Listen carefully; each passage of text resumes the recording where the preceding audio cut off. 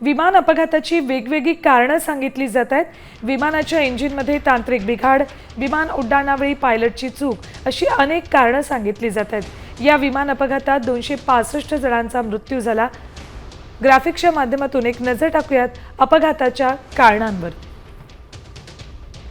विमानाचं उड्डाण लँडिंग करताना किंवा आपत्कालीन परिस्थितीत पायलटने घेतलेला चुकीचा निर्णय. दुसरी शक्यता बघा, एअर ट्रॅफिक कंट्रोल किंवा सहवैमानिकाशी संवादात त्रुटी.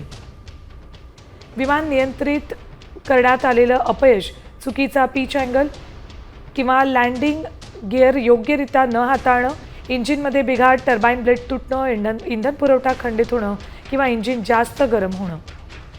हायड्रोलिक सिस्टीम ऑटो पायलटमध्ये बिघाड, लँडिंग गिअरमध्ये बिघाड, इलेक्ट्रिकल किंवा इतर यंत्रणेत बिघाड.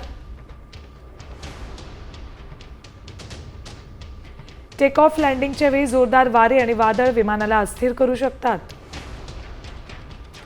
दाट धुकं, मुसळधार पावसामुळे पायलटला धावपट्टी किंवा आजूबाजूचा परिसर स्पष्ट न दिसणं.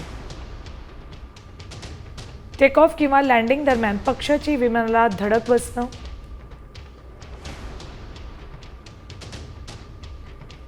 ATC कडून चुकीच्या सूचना दिल्यास विमानांमध्ये योग्य अंतर राखण्यात अपयश येणं.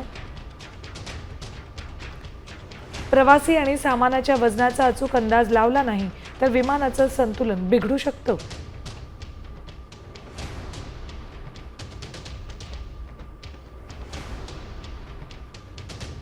अशा अनेक शक्यता आहेत ज्यामुळे विमान अपघात होऊ शकतात. मात्र अहमदाबादमधली दुर्घटना कशी घडली हे ब्लॅक बॉक्सचं विश्लेषण केल्यानंतरच कळणार आहे.